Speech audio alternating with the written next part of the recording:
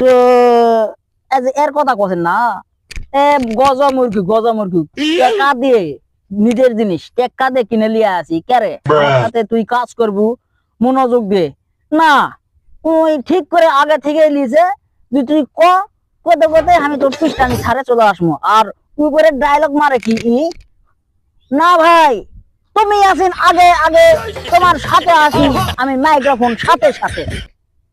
হ্যাঁ মিছিল কিন্তু ঠিক মতনই দেয়। দেখো তো চালু আছে না বন্ধু আছে? না না চালুই আছে চালুই আছে।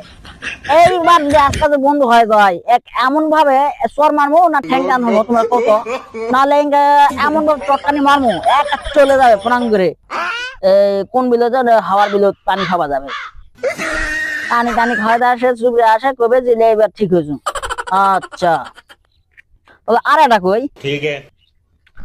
আর একটা হলো এই যে কৃষক ভাই ও বন্ধু বোন বর যাত্রী মাও বেটি যা আছে তা মানে এই যে ধানটা ভিজে গেল যে পানিটা হলো বিল তো মানে ভরে ওইলে চলে মনে করো যে ধানে পানি খাতে খাতে এখন পানিই ধান খাচ্ছে, কি করবেন? দুই ঝোনা মিলে কোলাকুলি লাগিয়েছে আর পানি খাবে। এইরকম হতে হতে কি হলো, প্রথমে আসলো মায়াবিরি। আচ্ছা তাহলে প্রথমে মায়াবিরির প্যাকেট কত আসলো? 9 টাকা 10 টাকা 1.5 টাকা। আচ্ছা তারপরে হতে 15 টাকা 20 টাকা 25 টাকা নাকি? আচ্ছা তাহলে 20 টাকা যদি হয় তাহলে টাকা করা আসলো কত আমার মনে নাই, আমি খাই না তো এটা খাই।